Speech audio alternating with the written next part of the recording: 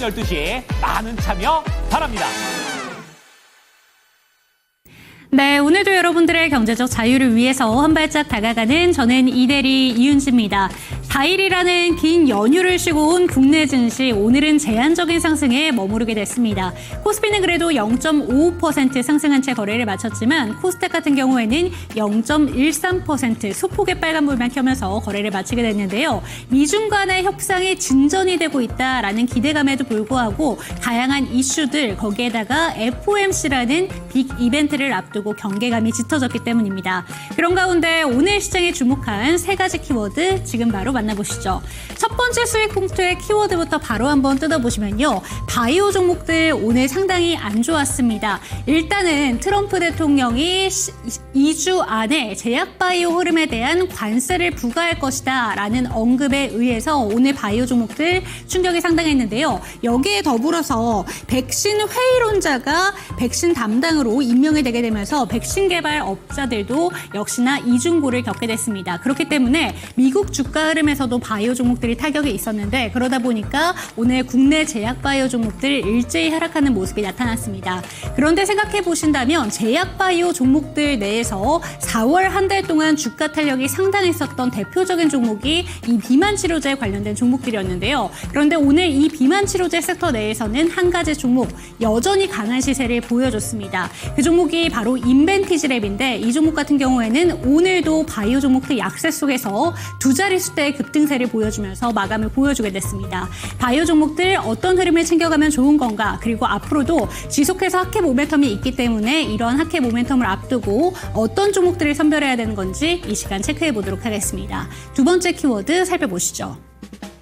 네, 현대차를 제치고 코스피 시가총액 5위에 오른 한화 에어로스페이스에 대해서 이야기 한번 해보도록 하겠습니다. 첫 번째 키워드 바이오 종목들과 같이 현대차 같은 경우에는 자동차 종목들 관세에서 피해갈 수 없다라는 우려감이 더해지고 있습니다. 반면에 방산 섹터 같은 경우에는 한화 에어로스페이스를 포함해서 미국의 국방비 증감 같은 이슈들이 계속해서 더해지고 있기 때문에 한화 에어로스페이스 긍정적인 이슈를 받아가고 있는데요. 그렇기 때문에 증권가에서는 한화 에어로스페이스의 목표 주가를 일제히 100만 원 이상까지 높여 잡고 있습니다.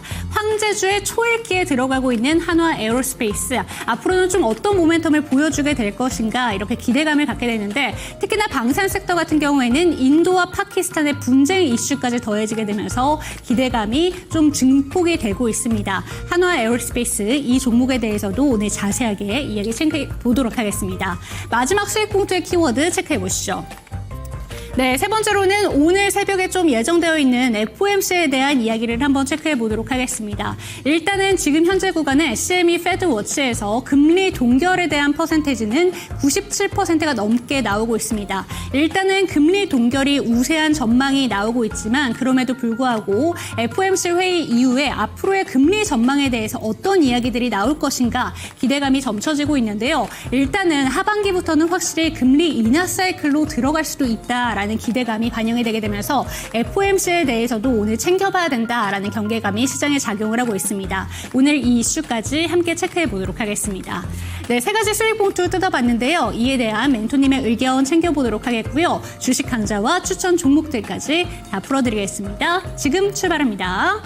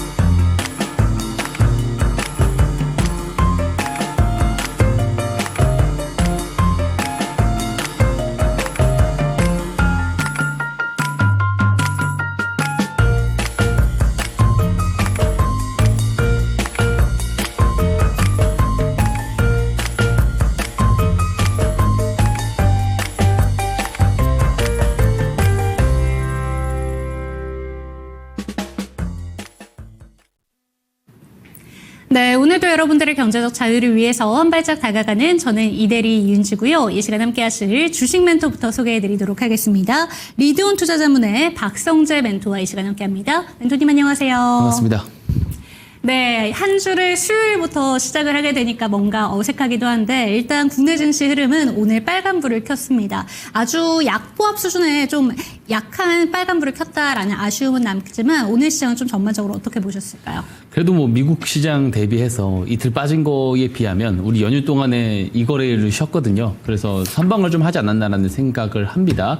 당연히 그 배경에는 환율이 조금 많이 밀렸어요. 우리 연휴 기간 동안에 환율이 굉장히 크게 밀려가지고 외국인 투자자들이 간만에 좀 대형 순매수가 조금 들어와 주었었던 배경이 된 것 같습니다. 그래서 지금 이 환율이 좀 이렇게 많이 빠지는 달러가 약세를 보이는 이 시점이 사실 이제 자금이 미국에서 아시아 증시로 조금 흘러 들어오는 것이다라고 보는 그런 관점들이 좀 있어요.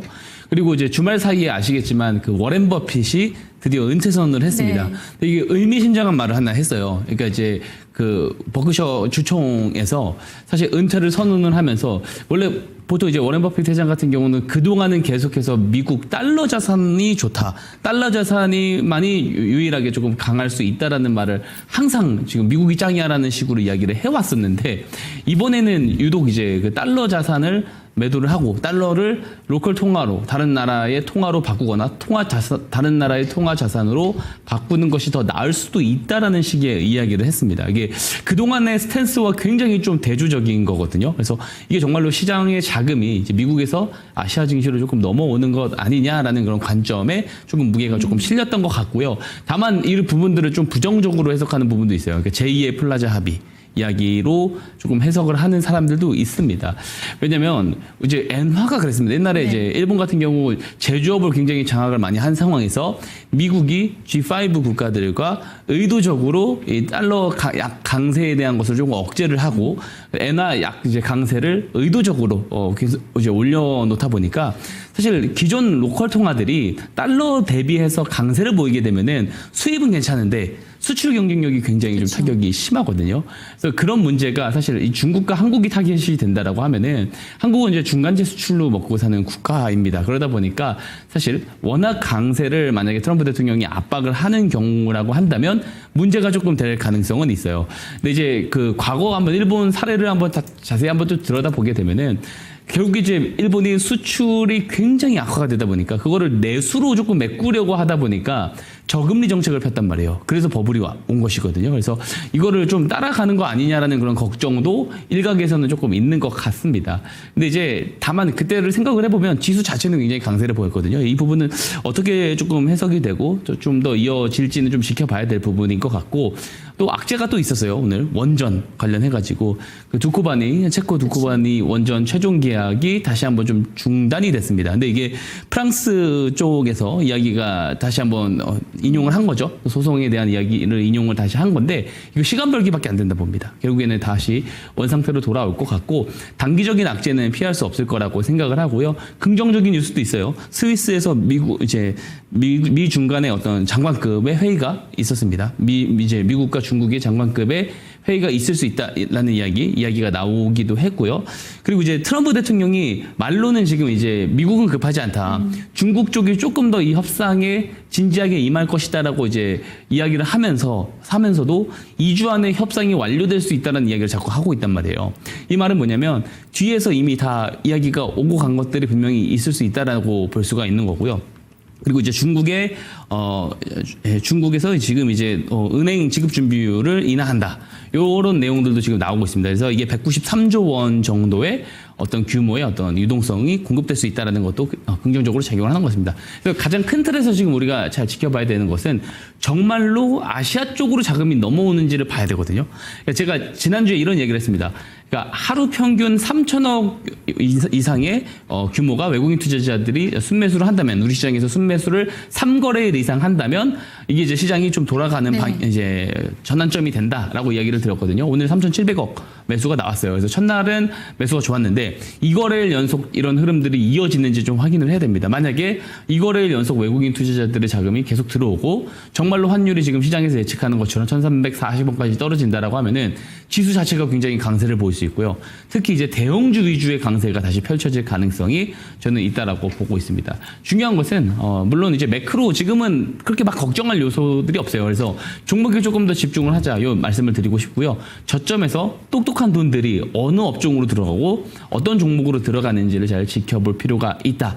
그래서 제가 이제 오늘도 스마트 머니 기법 잠시 후에 강의를 드릴 예정이고 개정판이 좀 됐습니다. 그래서 조금 더 설명을 다르게 기존이랑 조금 다르게 할 예정이기도 하니까요. 방송 끝까지 시청 당부드리고 또 방송 말미에는 스마트 머니 기법으로 공략주까지 소개해드릴 예정이니까 방송 끝까지 시청 당부드리도록 하겠습니다. 네, 조금 전에 박성재 멘토님께서 언급을 주신 것처럼 이 기법 강의에 대해서 개정판이 좀 나왔다고 합니다. 그렇기 때문에 채팅창 기존에 들어가셨던 분들도 이 새로운 채팅창으로 들어오셨으면 좋겠는데요. 하단에 QR코드 나가고 있습니다. 카메라를 갖다 대시면 링크가 하나 뜨는데 그 링크를 통해서 새롭게 들어오시면 좋을 것 같습니다. 그럼 첫 번째 수익 봉투로 한번 넘어가 보도록 하겠습니다. 오늘 제약바이오 종목들이 전반적인 섹터 내에서 가장 약했다라고 볼 수가 있는 것 같습니다. 일단 오늘 시장 자체로 본다면 그래도 상승한 종목들의 개수가 조금 더 많았던 시장이었는데 제약바이오 종목들 같은 경우에는 사실 4월의 흐름도 그다지 좋진 못했거든요.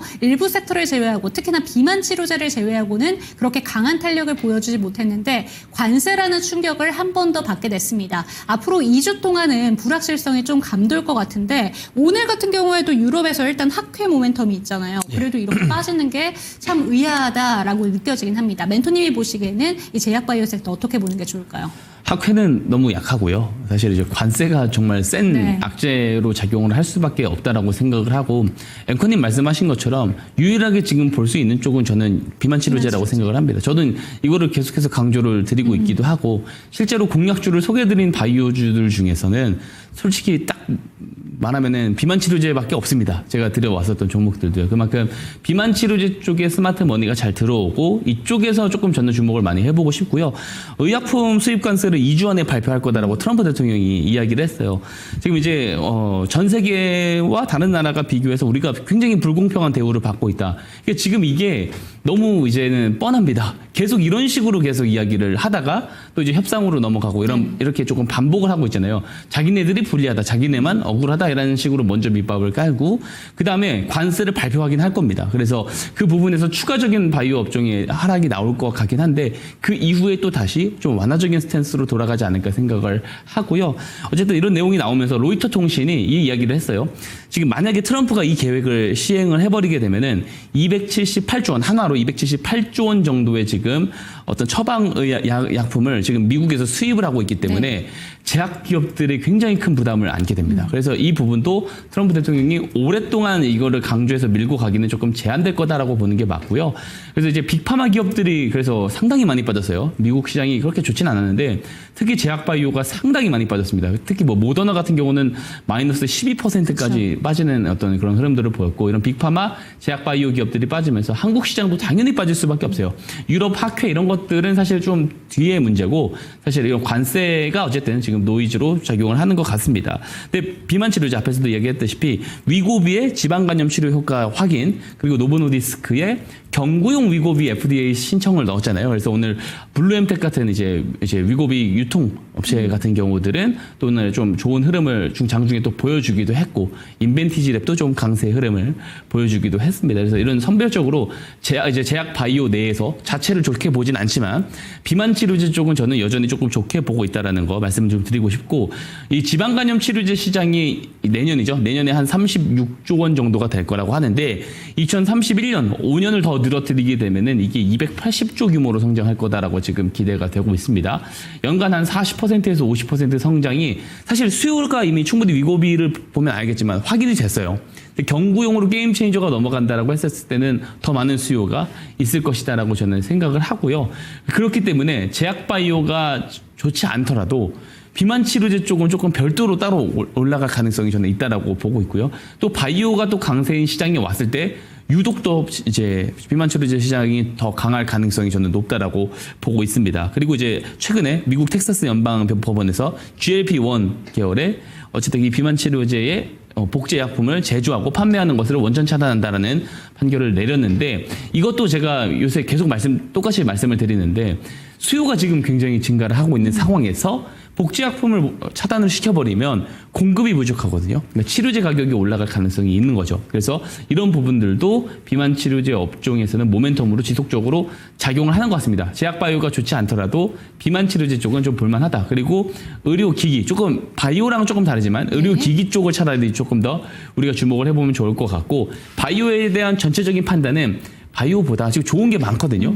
AI 다시 이야기 나오면서 반도체 쪽이 또 좋을 수 있고요. 로봇 쪽도 오늘 다시 한번 또 반등을 해주는 모습들도 보이고, 이제 중국 소비 관련 종목들이죠. 화장품이라든지 앞에서 말씀드렸던 미용 의료기기 쪽이라든지 이런 쪽을 저는 매우 또 잘 봐야 된다. 오늘도 관련된 종목을 제가 공략적으로도 소개를 드릴 예정이거든요. 그리고 또 이제 조선이라든지 방산 같은 경우도 굉장히 좋은데 굳이 지금 바이오를 건드려야 되나? 차라리 다른 쪽에서 보는 게 더 좋을 것 같다. 이 말씀을 좀 드리고 싶습니다. 네, 바이오주의 불확실성이 이렇게 심화가 되고 있을 때는 일부 섹터로만 좀 한정지어서 살펴보자. 비만 치료제 관련된 종목들은 여전히 긍정적으로 보시지만 다른 섹터로 한번 넘어가 보시면 어떨까라고 제안을 해주셨습니다. 그래서 저는 궁금했던 게 사실 관세에 대해서는 꾸준히 언급이 나왔던 거고, 이번 행정명령에서 살펴볼 수 있었던 게 일단은 환경보호국의 승인 절차를 가파르게 하겠다. 그리고 미국으로 들어오게 된다면 그 부분에는 분명히 혜택을 주겠다라는 내용도 있었잖아요. 그런 부분에서 우리 바이오 종목 중에서도 오히려 수혜가 기대되는 종목들도 있지 않을까라는 생각은 들었는데, 멘토님의 의견은 어떠실까요? 우선은 조금 더 봐야 될 것 같아요. 왜냐하면 지금 구체적인 어떤 협상안이라든지 중재안이 어떻게 나올지에 대해서는 아직 확실하게 이야기를 하기 힘든 부분들이 있거든요. 네. 그래서 우선은 조금 더 지켜보다가 그런 부분들을 전략을 추후에 세워보자. 이 말씀을 좀 드리고 싶습니다. 네, 바이오 종목들에 대한 이야기 챙겨봤고요. 추후에 조금 더 자세한 이야기를 챙겨가고 싶다라는 생각이 드신다면 하단에 보이는 QR코드 스캔해 주시기 바랍니다. 카메라 갖다 대시고 링크 통해서 들어오시면 좋을 것 같고요. 종목 진단 원하시는 분들은 02-2128-8566번으로 전화 주시기 바랍니다. 두 번째 수익 포인트의 키워드로 넘어가 보도록 하겠습니다. 진격의 한화 에어로스페이스, 이렇게 한번 이름을 붙여보고 싶은데요. 오늘 현대차를 제치고 시가총액 5위까지 올라왔고요. 목표 주가가 거의 일제일 상향 조정이 되게 되면서 이제는 100만 원을 넘볼 것이다 라는 기대감이 좀 가득하고 있습니다. 일단 인도와 파키스탄의 분쟁과 관련해서도 이야기가 나오고 있기 때문에 방산 섹터 자체가 오늘 상당히 좋았거든요. 이 종목 어떻게 보는 게 좋을까요?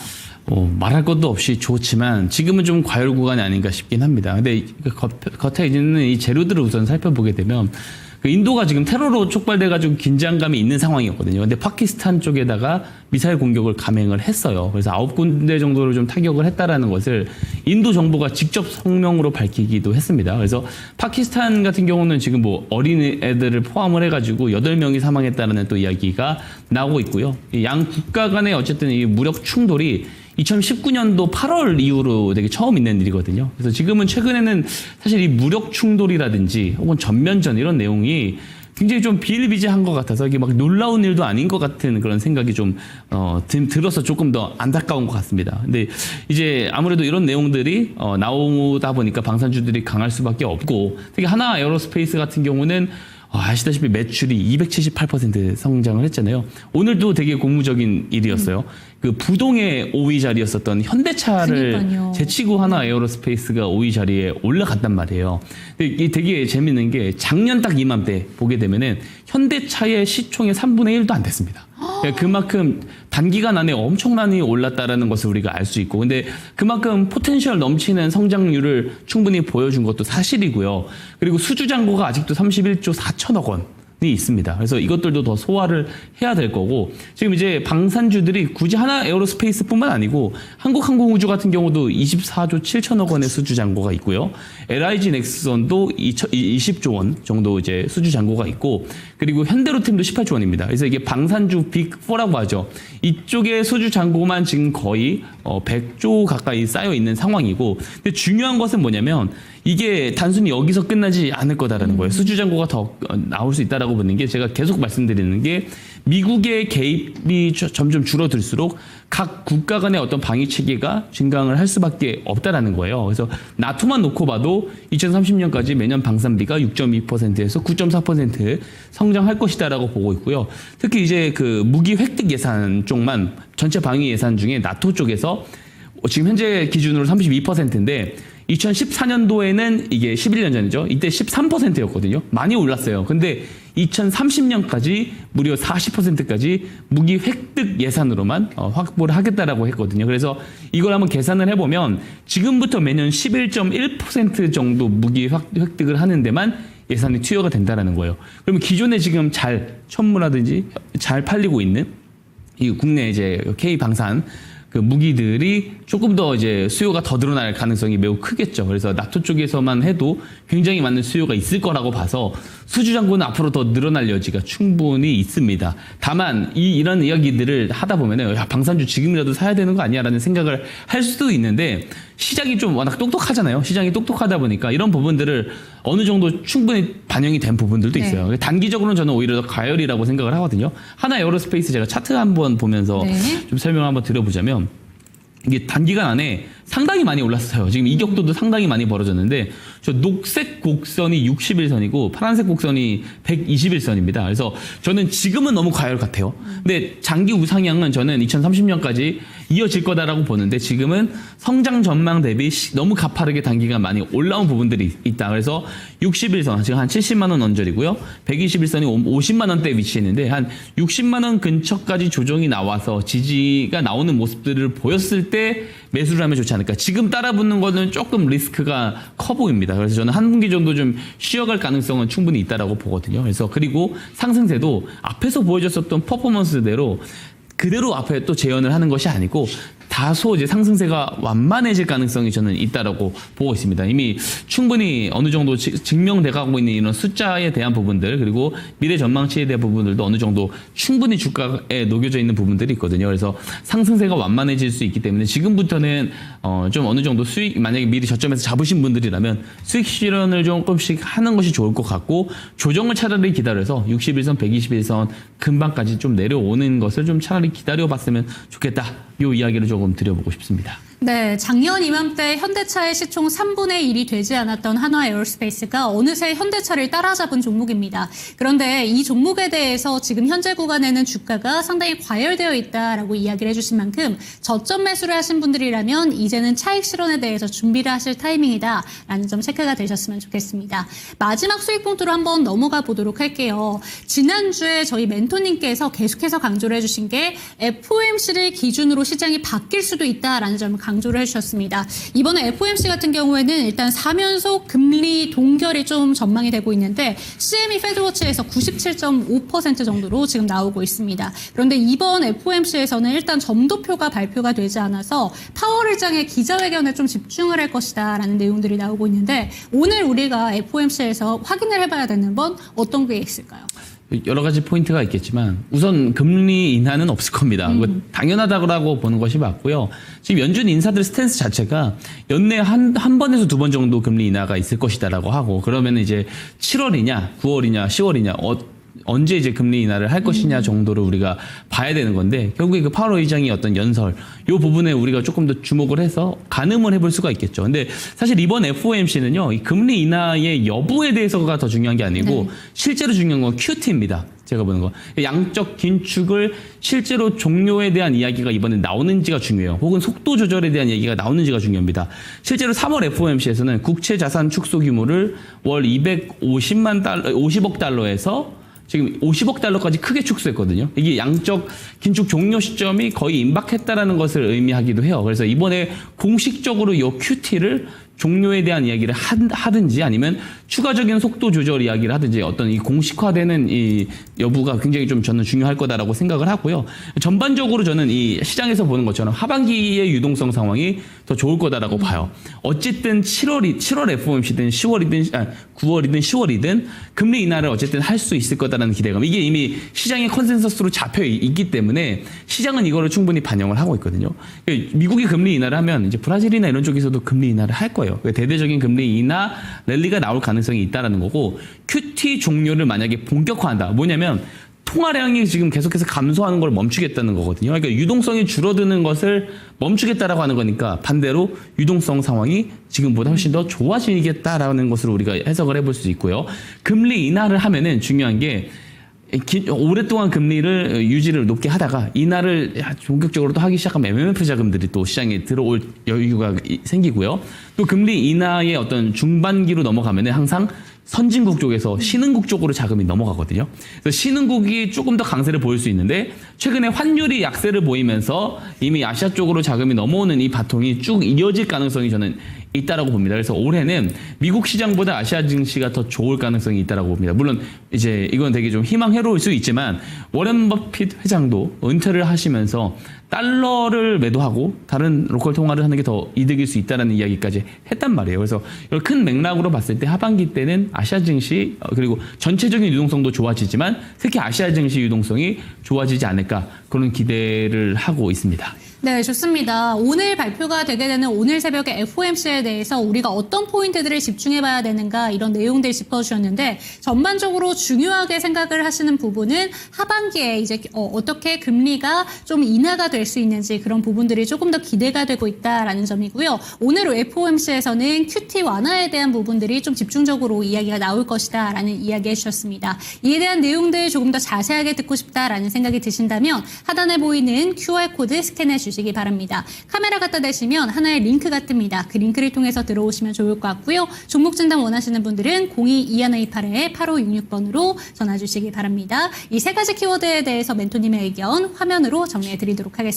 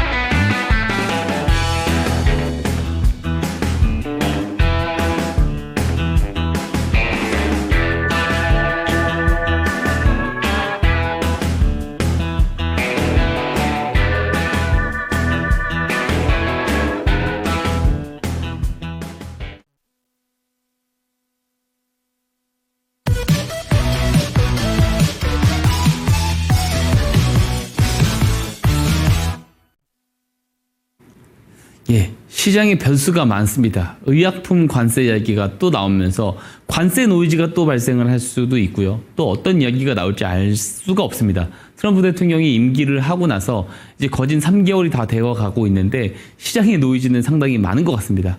그래서 지금 이럴 때일수록 우리가 뉴스를 따라서 계속해서 수급만 따라서 쫓아다닐 게 아니고 그 다음에 수급이 들어올 수 있는 종목들을 미리 저점에서 선점에서 잡아놓는 것이 매우 중요하다. 이런 스킬을 갖추는 것이 매우 중요하다라고 이야기를 드리도록 하겠습니다. 그리고 그 방법 오늘도 알려드리겠습니다. 바로 스마트머니 기법입니다. 처음 들으시는 분들이 있을 수 있기 때문에 상세하게 오늘도 설명 이어갈게요. 스마트머니 기법이 어떤 기법이죠? 말 그대로 똑똑한 돈이 들어왔을 때를 포착해서 같이 매수를 해서 수익을 내는 기법이 바로 스마트머니 기법입니다. 자, 우리가 똑똑한 돈이라고 하면은 개인 투자자들의 무분별한 매수 자금을 똑똑한 돈이라고 하진 않겠죠. 개인 투자자들이 아직 알지 못하는 정보와 재료를 기반으로 주포들이 저점에서 매집할 때 들어오는 돈, 그 돈을 우리가 스마트 머니라고 합니다. 그러면 당연히 이 스마트 머니는 뉴스보다 먼저 들어와야 되겠죠. 정보가 우리한테 제공되기 전에 당연히 먼저 들어올 거잖아요. 근데 뉴스도 안 보고 우리가 어떻게 이 스마트 머니를 잡아낼 수 있느냐? 제가 스마트 머니 신호라는 것을 만들어 놓았습니다. 그죠? 실제로 제가 만든 이 신호가 뜨면은 매수를 하면 되는 굉장히 간단한 방식으로 가는 기법인데요. 제가 만든 이 스마트 머니 신호가 뉴스 전에 모든 매집 자금을 다 잡아낼 수 있다라고 이야기하지는 않습니다. 다만 적어도 방송을 한 달 이상 보신 분들은 제가 만든 이 신호가 실제로 발생을 하고 나서부터 주가 흐름이 크게 달라진다라는 것을 분명히 제가 증명을 몇 달 동안에 충분히 드렸다라고 생각을 합니다. 잘 맞아 떨어질 수밖에 없는 이유는요. 제가 데이터를 잘 추출을 해서 그래요. 그러니까 한 13년간의 데이터 중에서 주가가 크게 올라간 주식들을 모아놓고요. 저점에서 어떤 매집의 공통된 유형이 있는지를 압축을 해서 그 신호를 알고리즘으로 추출해낸 게 스마트머니 신호입니다. 그래서 실제로 이 신호가 발생을 하면은 승률도 되게 좋지만 손익비가 굉장히 좋은 구간에 포착이 되게 된다라는 것이죠. 자, 듣기만 하면 되게 좋은 기법 같아요. 그러면은 매매 포인트 한번 설명해 보도록 하겠습니다. 자, 포인트 설명드리기 전에 오늘도 이야기 드립니다. 자, 좋은 기법과 그렇지 않은 기법은요, 두 가지의 차이가 있어요. 첫 번째, 이 굉장히 중요해요. 그러니까 되게 좋은 수익 모델의 기법을 사용한다라고 말을 하면서 들어보면은 되게 복잡한 경우들이 있습니다. 그죠? 아무리 좋은 수익 모델을 갖고 있는 기법이라고 하더라도요. 만약에 매매 방법론 자체, 그 기법을 사용하는 방법론 자체가 복잡하면 어떻게 되겠어요? 실수할 빈도가 올라가요. 거래를 하면 할수록 실수할 빈도는 점점 더 커지게 되겠죠. 그래서 가장 중요한 거 첫 번째, 좋은 기법은 간단해야 됩니다. 스마트머니 기법은 신호가 포착되고 그 이후에 매수를 하면 되는 굉장히 간단한 방식이에요. 그죠? 자, 이게 매우 중요하다는 거고, 그리고 두 번째, 이게 더 중요합니다. 당연한 이야기지만 수익이 정말 잘 나는 모델이어야 된다는 겁니다. 근데 대부분의 개인 투자자분들이 수익이 잘 나는 모델 하면은 뭐예요? 승률이 좋은 기법이구나 라고 생각을 해요. 근데 승률이 좋은 기법은 정말 좋은 기법일 수도 있지만 아닐 수도 있습니다. 대부분의 개인 투자자분들은요, 어떤 기법을 만들 때 특정 패턴 이후에 하락할 확률보다 상승할 확률이 더 높은 모델만 찾아다녀요. 그리고 이거를 발견을 하게 되면 이걸 그대로 가져다 씁니다. 수익률은 어때요? 여전히 마이너스가 나죠. 왜 그러냐면 승률에 집착을 했기 때문에 그렇습니다. 승률보다 중요한 게 뭐냐면 손익비입니다. 이거는 진리불변의 법칙이라고 저는 생각을 해요. 자, 오늘도 똑같은 예시를 들어보자면 우리가 10종목을 거래를 하는데 7, 8종목을 이겨요. 표면상 되게 좋아 보입니다. 근데 7, 8종목을 이길 때 플러스 2, 3%로 이기다가 두세 번 졌을 때 마이너스 10%로 진다면 이거 좋은 수익 모델의 기법이라고 볼 수가 있나요? 그렇지 않겠죠. 근데 승률이 50%밖에 되지 않는 거예요. 50%밖에 되지 않는데 손실 확정을 냈을 때 손실폭보다 수익 확정을 냈을 때 수익폭이 더 크다면 어때요? 이거는 충분히 좋은 수익 모델이 나오는 기법이라고 볼 수가 있는 겁니다. 그래서 손익비가 승률보다 무조건 더 중요하다라고 이야기를 드리는 거고요. 스마트머니 기법은 승률도 승률이지만 손익비가 매우 좋게 설계된 기법이다라고 보실 수가 있습니다. 한번 설명을 드려볼게요. 자, 우선 스마트머니 신호를 가지고 있어야 될 거예요. 그죠? 스마트머니 신호는 신청 주신 분들에게는 무료로 다 제공을 드립니다. 그리고 이 기법 내용 그 PDF 파일을 승률을 더 올리기 위해서 개정판을 제가 만들어 놨거든요. 그래서 기존 신청자분들도 다시 한번 재신청을 해주셔야지 됩니다. 개정판을 보는 것과 그렇지 않은 것은 또 큰 차이가 날 수 있다는 점 말씀드리고요. 우선 신호가 포착이 된 날을 제가 항상 이야기 드려요. 주포들의 매집이 시작된 날이다라고 저는 이야기를 보통 드립니다.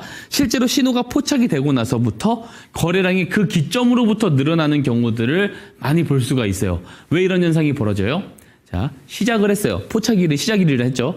매집을 시작을 했으면 어때요? 그 시작한 날 많은 물량을 매집하는 게 제한되겠죠. 근데 시작을 했으면 추가적으로 매집을 더 해야 되겠죠. 그래서 포착일로부터 거래량이 늘어나는 거고요.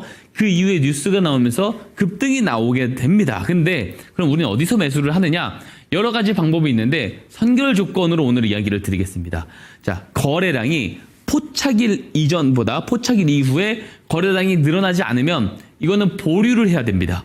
그죠? 근데 추후에 거래량이 늘어나면은 그때부터 또 관심 있게 봐야 된다는 거예요. 그래서 신호가 포착되고 거래량이 정말로 늘어나는지까지가 기본 조건이 되겠습니다. 이 기본 조건이 갖춰진 상황에서 언제 매수를 할 수 있느냐? 스마트머니 신호가 포착되고 포착 이후에 조정이 나왔을 때 어디까지? 기준봉 저점. 뭐냐면 스마트머니 신호 포착일 있죠. 포착일 저점 지점까지 조정이 나왔을 때 매수를 하는 방법이 있어요. 자, 두 번째. 근데 왜 이 방법을 제가 엄청 많이 선호하지 않냐면 시장이 좋을 때는요. 저가까지 기회 안 주고 바로 올라가는 경우들이 월등히 많습니다. 그리고 이 신호를 발생한 기점일로부터 쭉 추세 우상향이 바로 나오는 경우들도 상당히 많아요. 그래서 이 저점을 잡기보단 차라리 스마트머니 신호 포착된 날 거래량이 갑자기 크게 늘었다면 그날 종가에 매수를 해도 된다라는 건데, 더 좋은 것은 포착일 이후에 거래량이 늘어나다가 추후에 포착일 고점을 돌파할 때 매수를 하는 방법이 있습니다. 그리고 나는 이런 타이밍들을 실시간으로 모니터링을 못할 것 같다. 그렇게 생각을 한다면, 혹시 그런 이제 바쁜 어떤 시기열을 갖고 계신 분들이라고 한다면, 그냥 포착일 이후에 5거래일 있죠. 5거래일 연속으로 거래량이 늘어난다면 주가 위치와 상관없이 바로 매수를 해도 된다. 이 말씀을 드리도록 하겠습니다. 그리고 중요한 거, 손절 추세선, 손익비가 중요하다 말씀드렸잖아요. 손절 추세선 이탈했을 때는 또 과감하게 정리를 할 필요가 있습니다. 그래서 이 방법만 숙지하고 거래를 하시면 어떻게 돼요? 손익비가 좋은 거래가 된다, 할 수 있다라는 말씀을 드리고요. 예시 종목 보면서 설명 이어가도록 하겠습니다. 제가 항상 이야기 드리는 거 있습니다. 예시 종목은요, 결과론적인 이야기예요. 당연하죠. 주가가 크게 올라가는 거, 그리고 스마트머니 신호가 포착됐는지 추후에 그냥 해가지고 포착이 됐었던 종목만 제가 끌어와가지고 예시 종목으로 설명드리는 걸 수 있잖아요. 그런 의심을 반드시 하셔야 됩니다. 직접 검증하는 자세가 무조건 필요합니다. 스마트머니 기법을 통해서 제가 매번 방송을 통해서 방송 말미에 공략주 소개해 드리잖아요.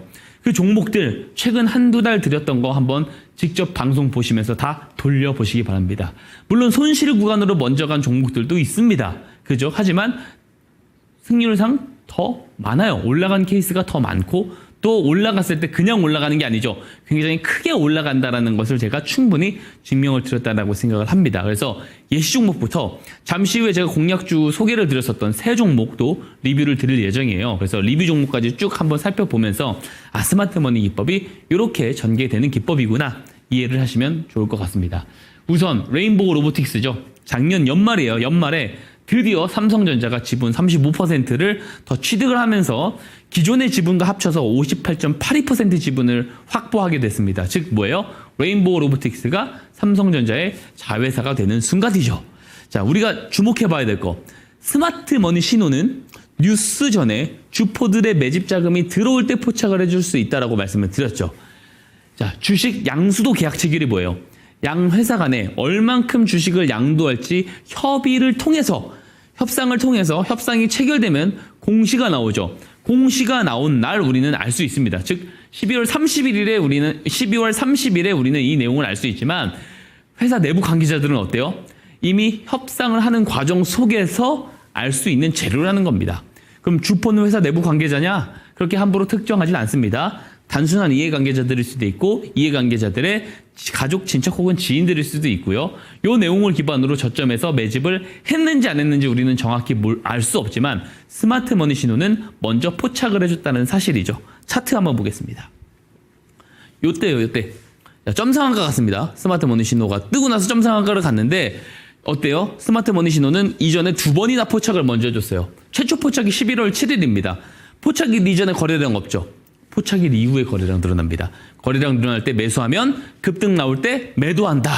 자, 다른 말로 뭐예요? 신호 포착일로부터 뉴스 발생일 사이에 갑자기 늘어난 거래량은 이 내용을 알고 있는 주포들의 매집 거래량일 가능성이 높다라고 합리적인 추론도 해볼 수 있다. 신호 포착일 종가에 매수를 했으면 200% 넘는 시세가 올라간다라는 것이고요. 반대로 이 뉴스가 나온 날 연말에 악재가 떠서 손절 추세선 이탈하죠. 마이너스 5, 6%밖에 안 됩니다. 손익비가 매우 좋다 볼 수 있겠죠. 자, 두 번째 예시 종목도 빠르게 보겠습니다. 자, 실리콘투예요. 작년에 실비디아라는 명칭이 붙었죠. 퀀텀 점프를 합니다. 작년 1분기 실적이 2년 전 총 실적과 거의 비슷한 정도로 나오게 되는데요. 자, 당연히 회사에서 즉 실적을 집계를 할 거 아니에요. 실적이 잘 나올 것이다라는 것을 회사 내부 관계자들은 알았을 가능성이 매우 높다. 내부자 정보로 활용될 가능성도 충분히 있다라는 거죠. 활용됐다가 아닙니다. 가능성이 충분히 있는 재료라는 겁니다. 그러면 스마트머니 신호가 어디서 포착되는지 한번 보도록 하겠습니다. 이때입니다. 실적 발표가 나오고 나서부터 400%가 넘게 올라가는데요. 스마트머니 신호는 2월 21일에 포착됩니다. 그죠? 포착일 이전에 거래량 없어요. 포착일 이후에 이때 거래량 늘어났잖아요. 거래량 늘어날 때 매수, 언제 매도해요? 뉴스가 나오면서 올라갈 때 분할 매도를 하면 된다. 만약에 뉴스 발생일에 마이너스, 이제 악재가 떠가지고 손절 추세선 이탈하죠. 그러면은 매수 당일 종가 대비 본전입니다. 어때요? 손익비가 이렇게 좋다는 거예요. 제가 아무리 좋은 예시 종목을 가지고 설명을 드려도 잠시 후에 제가 공략해드렸었던 종목들 리뷰 보면 아시겠지만 비슷합니다. 예시 종목들이랑 다 비슷한 맥락으로 올라가거든요. 아무리 증명을 드려도 직접 이 기법을 사용해 보시지 않으면은 체감이 잘 가지 않습니다. 그래서 제가 백날 이야기하는 거 믿지 마세요. 제 말 믿지 마시고요. 이 스마트 머니 기법 PDF 파일 제가 무료로 다 보내드리겠습니다. 신청하셔서 무료로 다 받아가시고요. 직접 검증해 보시고 검증된 만큼만 믿으시기를 당부드리겠습니다. 오늘 강의 여기서 마치도록 하겠습니다.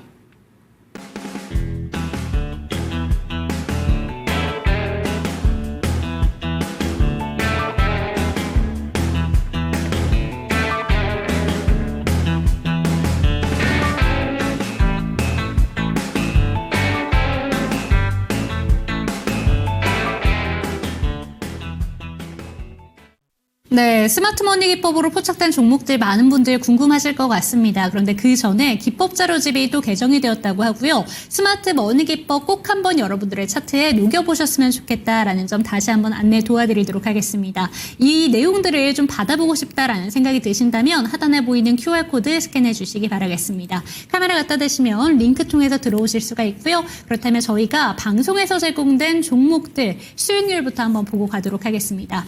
탑5 종목들 지금 화면에 나오고 있는데요. 한화오션, 유라클 로보티즈, HFR, LS 에코에너지까지 80%에서 165%대까지 놀라운 수익률을 보여주고 있습니다. 그중에서 오늘 저희가 첫 번째로 만나볼 리뷰 종목 BHI부터 한번 체크를 해보도록 할 텐데 이 종목에 대해서 4차 목표가 34,000원 최근에 수정이 나왔었고 이 종목이 오늘도 좀 고점을 갱신을 했습니다. 3750원까지 오늘 고점 터치가 나왔는데 오늘 이 종목이 더 대단한 건 원전 종목들의 흔들림이 있었음에도 불구하고 장대 양봉을 기록했다라는 것입니다. 이 종목 어떻게 보는 게 좋을까요?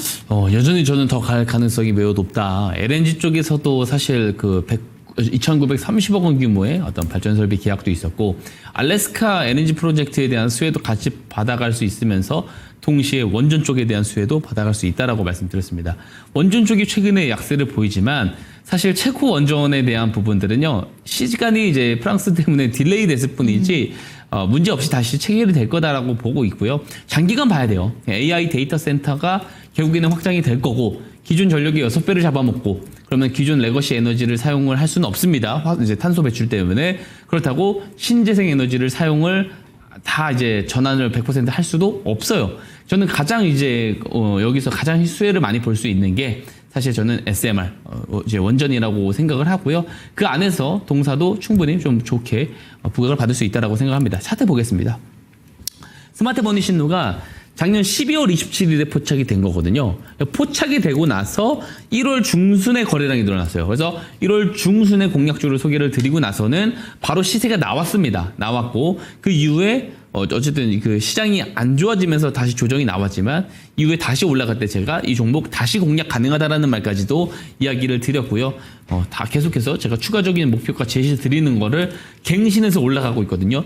여전히 저는 갈 길이 멀다라고 생각을 합니다. 그래서 34,000원 제가 목표가 제시해드렸는데 아직 매수 전이신 분들은 지금도 매수 가능하다라는 이야기까지 다시 한번 드리고요. 중요한 것은 스마트 머니 신호를 받아가신 분들이라면 더 저점에서 매수를 할 기회가 있었다라는 점 다시 말씀드리겠습니다. 네, 좋습니다. BHI 지금 현재 구간에서도 신규 매수가 가능하다라는 점 짚어주셨으니까 꼭 한번 참고가 되셨으면 좋겠고요.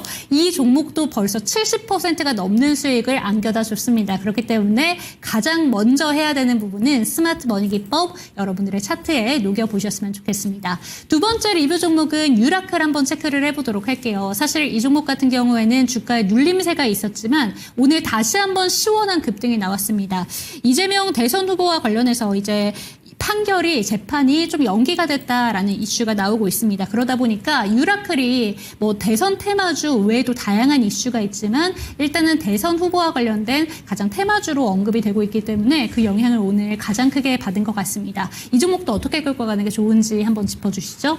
특정 인물과 굉장히 좀 밀접한 연관이 있다라기보다는 동사 같은 경우는 특징이 좀 많습니다. 그러니까 공기업 수주가 맞아요. 그러니까 AI 플랫폼 기업으로서 크진 않지만 그래도 유일하게 조금 흑자를 유지하고 있는 기업이고 LLM 모델도 만들 수 있을 정도의 기술력을 가지고 있습니다.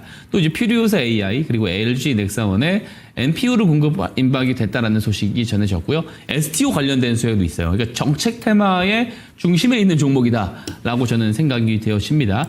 차트 보면은 네. 중요한 것은 이거죠. 이런 어떤 재료들이 뜨기 전에 스마트 머니 신호는 3월 25일에 포착을 해줬고 그 이후에 거래량이 바로 늘어났잖아요. 그래서 제가 4월 1일에 바로 공략주를 소개를 드렸는데 그 이후에 상한가 3번 갔습니다.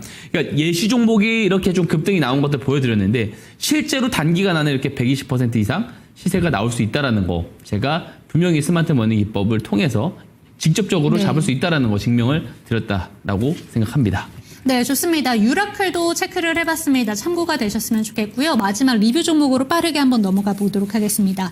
로보티즈인데요. 오늘 이 종목도 8%대 다시 한번 시세를 보여줬습니다. 이 종목이 5차 목표가로 5만 원이 제시가 된 종목이기 때문에 최근에 눌림 이후에 다시 한번 반등이 기대하게 되는 종목인 것 같은데 제가 지금 보고 놀란 건요. 4월 한 달 동안 그리고 오늘 외국인들의 순매수가 참 많이 들어온 종목이구나라는 점이 눈에 띕니다. 이 종목도 어떻게 보는 게 좋을까요? 매수하자. 못했으면 계속 그냥 매수해도 되는 종목이 로보티즈다. 이 말씀을 좀 드리고 싶습니다. 그러니까 지금 로봇 쪽에 대해서 지금 좀 잘 봐야 돼요. 그러니까 이제는 그 자율주행에 대한 규제를 완화한다라는 내용이 나올 거거든요, 미국에.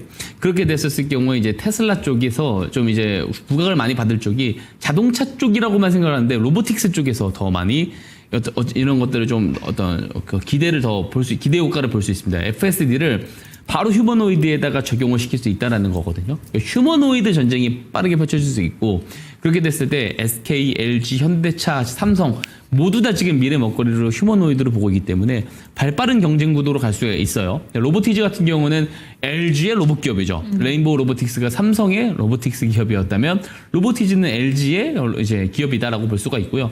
뭐 재료는 너무 많아가지고 제가 읽기도 다 힘들 정도로 좋은 호재들이 많이 나오고 있습니다. 최근에 이제 분할을 했습니다. 근데 자율주행 로봇 쪽만 따로 떼어서 분할을 한 거고 전체 로보틱스 쪽을 분할을 한 것이 아니기 때문에 최근에 주가가 조금 부진한 흐름을 보이는 것은 오히려 매수 기회로 활용할 수 있다는 말씀 제가 계속 드렸던 것 같습니다. 차트 빠르게 보겠습니다. 네. 자, 11월에 스마트 머니 신호 2번 포착됐어요.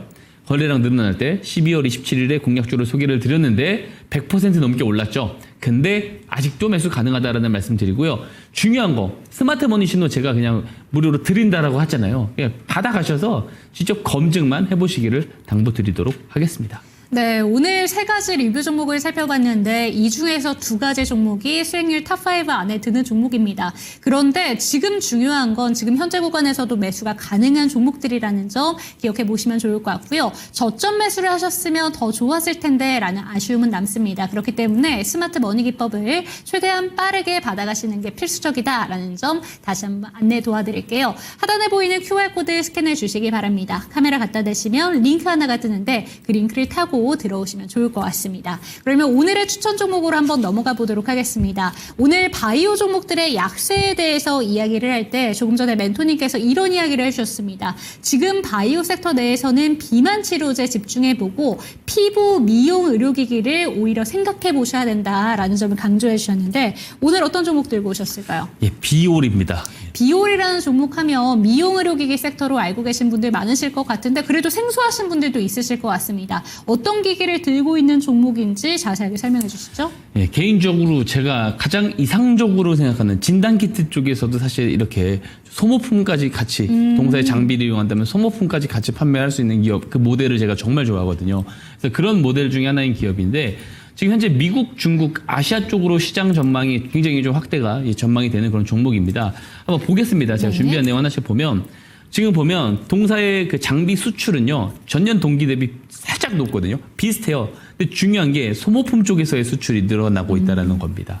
이게 굉장히 조금 주목을 잘 해봐야 되는데 다음 페이지 보면 동사의 장비랑 소모품들을 이렇게 확인을 해볼 수 있습니다. 해볼 수가 있는데, 자, 이 화면을 보고 그리고 다음 페이지를 보면 이 동사가 지금 이제 영업 이익률이 상당히 높아지고 있어요. 그러니까 58%에서 62% 정도로 지금 추정이 되는데, 지금 이렇게 보통 피부 미용 의료기기 업 같은 경우는 영업이익률이 보통 30%가 대부분이거든요. 근데 동사가 강할 수밖에 없는 이유는 독보적인 기술력 보유로 이제 기술료 수익도 얻었습니다. 최근에 이번에 나오는 이제 작년까지는 없었는데 기술료 수익 쪽에서 이번에 발생을 했었던 부분들도 있고요.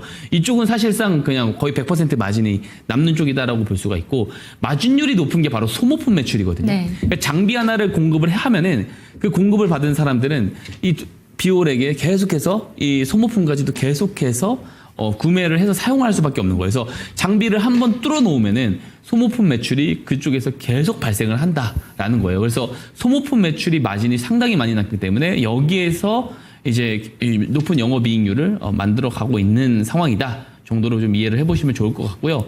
다음 페이지를 보면 세계 고주파 미용기기 시장 규모가 2030년까지 연평균 한 10.6% 성장할 것이다. 이거 제가 표로 하나 좀 뽑아 온 상황이고요. 요거를 잘 기억하신 상황에서 다음 페이지를 보겠습니다. 다음 페이지 보면은 동사의 실제로 그 매출액과 영업이익이 단 한 해도 빠지지 않고 계속 성장을 해온 것을 볼 수가 있거든요. 보통 지금 앞에서도 말씀드렸다시피 고주파 미용 의료기기 쪽 시장이 연평균 10.6% 성장을 한다면 연평균 10% 이상 성장을 하는 기업들은 매출 대비로 PER을 15배에서 보통 통상적으로 20배까지 줍니다. 근데 동사가 올해 컨센서스 대비 15배예요. 그러니까 더 올라갈 여지도 큰데 내년이 13배, 그 다음 해가 9배입니다. 그리고 아래 보시면은 제가 27년도 때부터 예상으로 10.6%씩 성장을 한다라고 가정을 했을 때 2030년도에 매출액이 1,364억, 예상 영업이익이 이제 800억 가까이 되는데, 이렇게 되면은 현재 이제 그 PER로 계산을 해보면은 한 4배 정도 되거든요. 그러니까 지금 매년 30-40%씩 주가가 우상향을 해도 적정평가 수준밖에 안 된다라는 거예요. 그래서 주가가 지금 굉장히 저평가되어 있다. 장기간으로 놓고 봤었을 때. 저는 그런 구간이다라고 생각을 하고요. 차트 보겠습니다.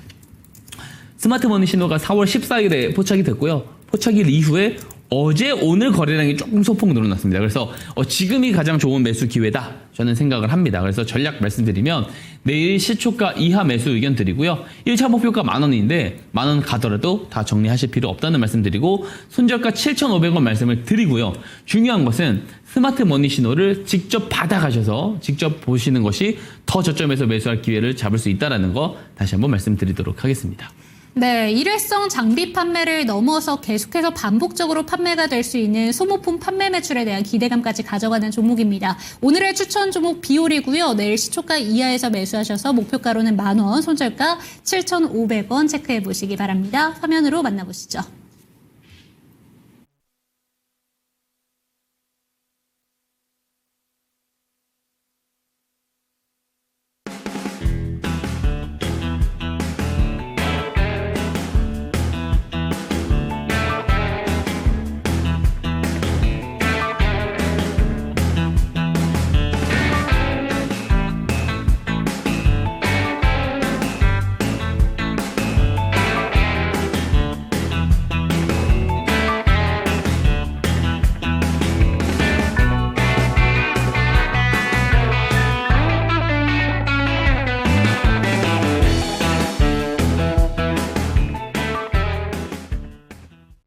네, 박성재 멘토님의 추천 종목의 수익률을 보신다면 배 아파하시는 분들도 많으실 것 같습니다. 하지만 지금부터라도 추천 종목들 잘 눈여겨보시면서 높은 수익률 챙겨가셨으면 좋겠는데요. 다시 한번 강조드리겠습니다. 스마트 머니 기법과 함께라면 저점 매수가 늘 가능하니까요. 하단에 보이는 QR코드 스캔해 주시기 바랍니다. 기존 방에 들어가 계신 분들이라도 신규로 접속하시면 기법 자료집이 갱신이 됐다고 하니까요. 다시 한번 받아보시기를 권해드리도록 하겠습니다. 이 시간 마무리해보도록 하겠습니다.